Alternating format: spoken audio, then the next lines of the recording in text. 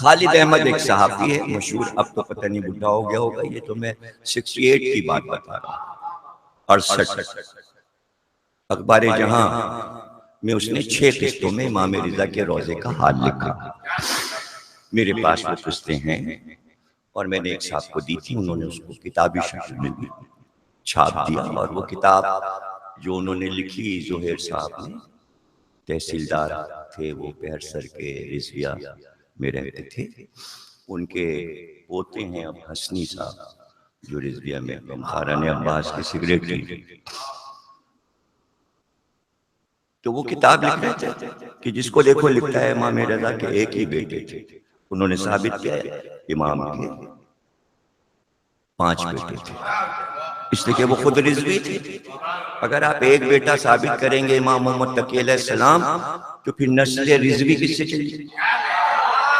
اس لیے کہ 9 سے تو 10ویں امام، پھر 11ویں امام، 12ویں امام پہ نسل وہاں پر پہنچ گئی، تو پھر رضوی کہاں سے آ گیا؟ تو بیچارے رضوی کے آسمان سے ٹپک گئے۔ اچھا کچھ لوگوں کو ضد ہے کہ وہ یہ ثابت کریں کہ امام رضا کا ایک ہی بیٹا محمد تقی علیہ السلام، لیکن بہرحال قبریں موجود، ایران میں روضے موجود، قبر پہ لکھا ہوا ہے، تو چھپانے کی کیا ضرورت ہے؟ تو بہرحال انہوں نے پہلی بار کتاب لکھی، تو وہ میرے پاس آئے کہ کچھ چیزیں ہوں تو امام پہ مجھے دیجیے، تو میں نے کہا یہ سفر نامہ رکھا ہوا ہے، آپ لے جائیے، اور لکھنے والے اہل سنت ہے اور اخبار جہاں کا رپورٹر ہے، وہ لے گئے، انہوں نے چھاپ دیا۔ اس میں بہت سی باتیں، ڈھیروں باتیں، پورے روضے کا حال ہے، تصاویر ہیں روضے کی، ظاہر ہے 68 میں جب کہ سفارت خانہ گیا ہے ایران پاکستان کا، تو وہ اپنے سفیر کے ساتھ گیا تھا روضے پہ زیارت کرنے، اس لیے اس کو اتنی چیزیں اندر سے دیکھنے کو مل گئیں، اور انٹرویو لیا اس نے سب کے خداموں کے، تو اس نے اس میں پوچھا کہ یہ تھوڑی تھوڑی دیر کے بعد امام کی زری دنیا کے تمام ملکوں کے نوٹوں سے بھر جاتی ہے، تو اس کا کیا کرتے ہیں آپ؟ تو اس نے بتایا کہ یہ بار بار خالی ہوتی ہے، یہ بوریوں میں بھر کے، امام کا اپنا بینک ہے، یہ جو پورا خراسان ہے، یہ پورا صوبہ امام کا ہے، یہاں کوئی گورنر نہیں ہوتا، اس کا گورنر خود امام ہوتا ہے، اور اس صوبے کا دارالحکومت مشہد ہے جہاں امام کا، یہ شہر مشہد ہے، اور خراسان پورا صوبہ امام کا ہے، اور یہ سارا صوبے کا خرچ امام دیتے ہیں، اور کبھی کبھی حکومت وقت شاہ ایران بھی قرضے لیتا ہے، امام کا قرض دار ہے وہ، اور امام سے قرضے ایران والے مانگتے ہیں، اور تنخواہیں خداموں کی اور ملازموں کی، یہ بہت بڑا سیکریٹریٹ ہے امام کا، کتب خانہ ہے، میوزیم ہے، یہ دربان ہے، ملازم ہیں، صفائی کرنے والے، سب کو تنخواہیں امام دیتے ہیں۔ تو اس نے کہا تو اس میں کیا کیا نکلتا ہے؟ اس نے کہا دیکھیے اس میں علاوہ ہر ملک کے سکے اور نوٹوں کے علاوہ اس میں یہ ہے کہ محبت ہے، اور جو پہلی بار آتا ہے تو جب زری کے قریب آتا ہے تو اسے ہوش نہیں رہتا، جب وہ امام ایک تو وہ پہنچنا چاہتا ہے کہ میں اپنے سینے کو امام رضا السلام کی زری سے مس کر دوں، تو جب وہ لپٹتا ہے زری سے تو اس کے پاس جو ہاتھ میں چیز آتی ہے وہ زری میں ڈالتے ہیں، تو کچھ لوگوں کے قلم لگا ہوتا ہے قلم ڈال دیتے، اس میں سے ہزاروں قلم نکلتے ہیں، ہزاروں پن نکلتے ہیں، بعض لوگوں کے چشمہ ہوتا ہے وہ چشمہ ڈال دیتے ہیں اس میں، اور جن کے پاس کچھ نہیں ہوتا تو وہ اپنے بٹن نوچ نوچ کے زری میں ڈال دیتے ہیں، اس میں کئی کیلو بٹن نکلتے ہیں۔ تو اس نے پوچھا کہ آپ بٹن کا کیا کرتے ہیں؟ کہ ہم اس کو امام کی ہی زمین پہ دفن کر دیتے ہیں، اس لیے کہ یہ تبرک ہے، اور اس نے کہا تو یہ کیسے پتا چلے کہ جس نے قلم دیا ہے، بٹن توڑ کے ڈالا ہے، ڈالرز دیے ہیں، پاؤنڈ دیے، تو یہ قبول بھی کر رہے ہیں؟ اس نے کہا ایسے ہمارے پاس بہت سے واقعات ہیں، اور ہم آپ کو کچھ واقعات سناتے ہیں کہ کسی چاہنے والے کا حقیر نذرانہ امام رد نہیں کرتے، کہ تابوت آئے گا، آپ کا صرف بوسہ لینا یہی نصرت ہے امام کہ امام بادشاہ ہیں، آپ کیا دے سکتے ہیں؟ چڑھاوے میں کیا دے سکتے ہیں آپ؟ جو بھی دیں گے وہ ان کی بارگاہ میں بس وہ آپ کی محبت ہوگی. وہ محبت آنسوؤں میں بھی ہو سکتی، وہ محبت ماتم میں بھی ہو سکتی، وہ محبت آپ کے اس پیار بھرے ہاتھ میں بھی ہو سکتی کہ آپ نے یوں کر کے پیار کیا، وجہ سے آپ نے امام کی اصل قبر کو چوم لیا. اس لیے کہ ہمارے یہاں تو شبی جائز ہے قرآن اور حدیث کے مطابق، اس لیے ہم اس میں فرق نہیں کرتے. ہمارے لیے یہ لکڑی کا تابوت نہیں ہے، یہ چادر نہیں ہے. جب امام سے چیز منسوب ہو تو اس میں روح آ گئی، اس میں روح آ جائے. روح مینس زندگی آ گئی، زندگی کے آثار آ گئے، شادابی آ گئی، شگفتگی آ گئی. یعنی مردہ چیز نہیں، بے جان چیز نہیں.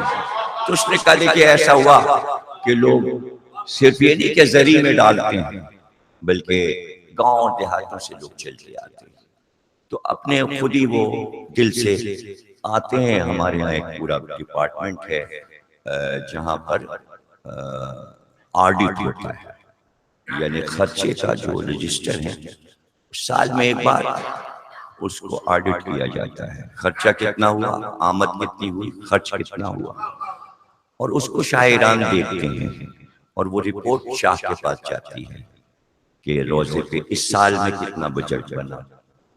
تو وہاں سے آرڈرز آ رہے تھے کہ دیر لگ رہی ہے کاغذات آنے میں اور سالانہ رپورٹ اب تک نہیں آئی.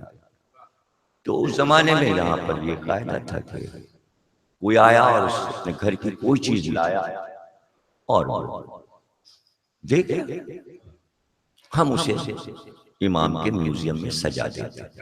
پہلے اسے رجسٹر میں نوٹ کیا جاتا کہ فلاں چیز فلاں تاریخ پر امام کے نذرانے میں آئی. اب جو چیزیں میں نے خود دیکھی ہیں اگر میں بیان کروں تو ایک پوری تقریر ہو جائے. چاندی کی تختی پر کٹاؤ میں سورہ یاسین لکھی ہوئی، سونے کی پوری تختی سورہ رحمان لکھا ہوا، کاٹ کاٹ کے لفظ اس میں سے نکالے گئے. ایسے نہیں کہ قلم سے لکھ دیا گیا، لفظ کاٹے گئے، جعلی بنے. یاقوت کا ایک چھوٹا سا باکس، پورے یاقوت کتنا قیمتی ہوتا ہے، پورا باکس. اسی طرح زیور رکھنے کے ڈبے، زیورات، وہ سب نوٹ ہیں اور بتائے گئے. جب آپ امام کی زری کا طواف کریں تو چاروں طرف کی دیواروں کو ایسے کر کے تو شوکیس لگے ہوئے، اس میں خواتین کے گلے کا نیکلیس، کانوں کے بندے، گوشوارے، ہاتھوں کی چوڑیاں، تمام زیورات وہ سب جواہرات سے بنے ہوئے، سچے موتی، وہ سب اوپر لگے. تو یہ وہ ہیں کہ جو شہزادیوں نے ملکاؤں میں جب آئی تھی تو اپنے زیور اتار کے ڈال دیے تھے. جو بھی وہ پہنے تھے ملکاؤں نے اپنے زیور نچھاور کیے، وہ سب اوپر دیواروں میں لگا دیے. وہاں سب فہرست ہے کہ کس دور میں کس بادشاہ کی کون سی بیگم آئی. اب ظاہر ہے کہ تیمور لنگ کی جو بہو تھی، بیٹا اس کا شاہ رخ تھا، تو اس کی بہو کا نام تھا گوہر شاد. تیمور لنگ کی بیٹے کا نام شاہ رخ، بہو تھی گوہر شاد. نام لیتے بھی ڈر رہا ہوں. کہانی بنتے تو 2 منٹ میں بنتی ہے. کل عشرت کہہ رہے تھے کہ واٹس ایپ پہ پوچھا جا رہا ہے مختار کہاں سے آ گئے، وہ تو قید میں تھے.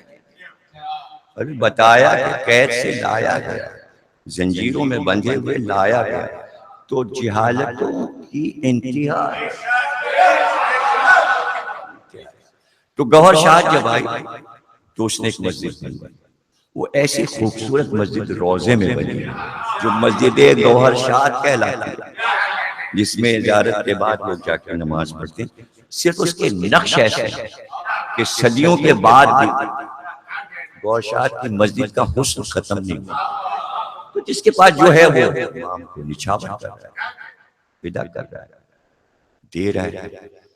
تو اس طرح چیزیں خود امام کے ہاتھ کا لکھا ہوا قرآن وہاں موجود ہے جو میں نے دیکھا، اور ائمہ کے ہاتھ کے لکھے ہوئے قرآن امام کے میوزیم میں رکھے ہوئے۔ لوگ جاتے ہیں زیارت کرتے ہیں لیکن یہ چیزیں نہیں دیکھیں، تو جایا کریں تو یہ سب چیزیں بھی دیکھیں، اور وہاں کوئی چیز کھو نہیں سکتی۔ وہ کہیں بھی کوئی، میں گیا تھا فیروز کے مزار پہ،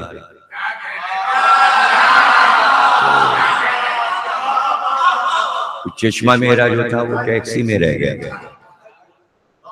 تو پوچھا میں نے بھائی یہ چشمہ رہ گیا ٹیکسی میں، ان کا پچھلے دروازے پہ امام کے جائیں، وہاں ایک پورا آفس ہے، جس کی جو چیز کھوتی ہے وہ وہاں آ جاتی ہے۔ تو میں گیا وہاں، تو اس آفس میں جا کے میں حیران ہوں۔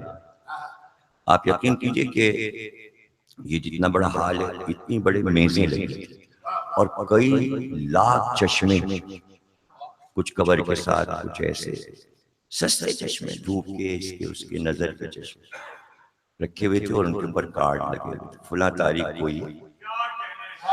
یہاں لایا گیا۔ تو کہنے لگے اس میں دے دیجئے، تو میں نے دیکھا تو اس میں نہیں، اس میں میرا چشمہ نہیں، اور نہ معلوم کیا کیا، کسی کا بیگ، کسی کا پرس۔ اب یہاں تو دیکھیں نا کہ وہ جلوس نکل رہا ہے، جیب کٹ رہی، تابوت کو کسی نے یوں کر کے ہاتھ دیا پیچھے سے، جیب کاٹ لی۔ آپ ذرا دیکھیے قوم ایسی بھی ہے۔ اب چونکہ یہاں ملاوٹ والی قوم ہے نا، کچھ پتہ ہی نہیں، جب قوم خالص ہوتی تو پھر ایسا ایمان۔ اب جناب 2 سال کے بعد ایک مولانا بن رہے تھے، وہاں پڑھ رہے تھے کراچی کی، ان کے ہاتھ امام کے سیکریٹریٹ نے میرا چشمہ بھجوایا، گھر پہ لا کے وہ دے گئے کہ جب آپ چلے گئے تب ٹیکسی ڈرائیور نے یہاں وہ چشمہ پہنچایا، کاشان سے آیا مشہد میرا چشمہ دینے، چونکہ میں نام لکھا آیا تھا، پتہ لکھا آیا تھا، اس لیے وہ چشمہ میرے گھر پہنچ گیا، وہاں کھویا۔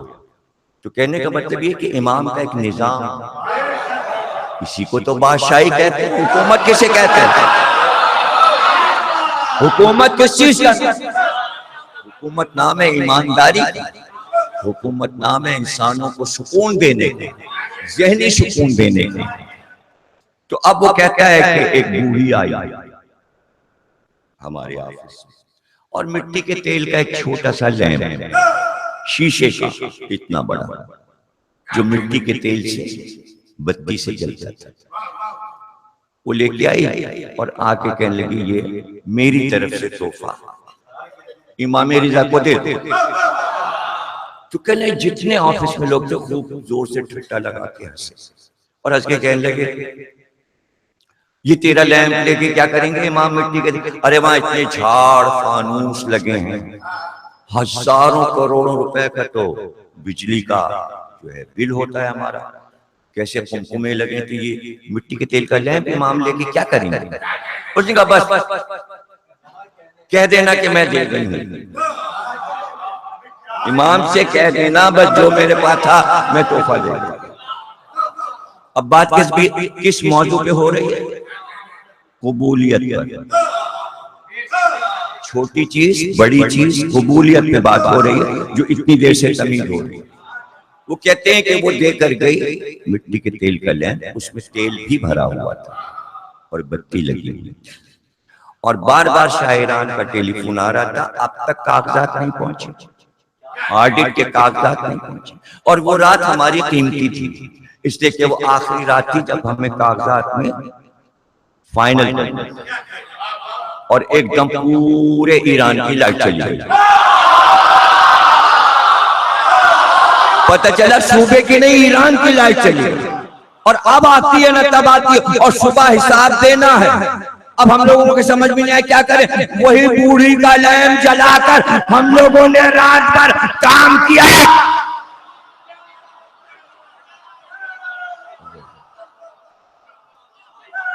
صبح کو کام پورا ہو گیا، تو اس نے صحافی سے کہا خدام نے اس طرح امام قبول کر لیتے ہیں، اس طرح امام نذرانوں کو قبول کر لیتے ہیں، زندگی میں عطا کرتا، کوئی محروم نہیں گیا۔ امام نے ایک شعر اگر کسی نے پڑھ دیا حسین تو اس کے آگے نذرانوں کا ڈھیر لگا تھا۔ دیبل آ گئے، ولایت علی پہ قصیدہ سنا دیا اور پھر مصائب پڑھنا شروع کر دیا کہ دے دو اسے نذرانے دیتے۔ کیا مصائب تھے جب پڑھے دیبل خزائی، بڑے شاعر ہیں عرب کے، اور کہتے ہیں فاطمہ زہرا ذرا فردوس بری سے فرش پہ آئیے اور آ کے دیکھیے آپ کے عرش شرف کے ستارے آسمان سے ٹوٹے زمین پہ بکھر گئے اور کہاں کہاں بکھر گئے، کوئی کربلا میں ہے، کوئی جنت البقیع میں ہے، کوئی بغداد میں ہے،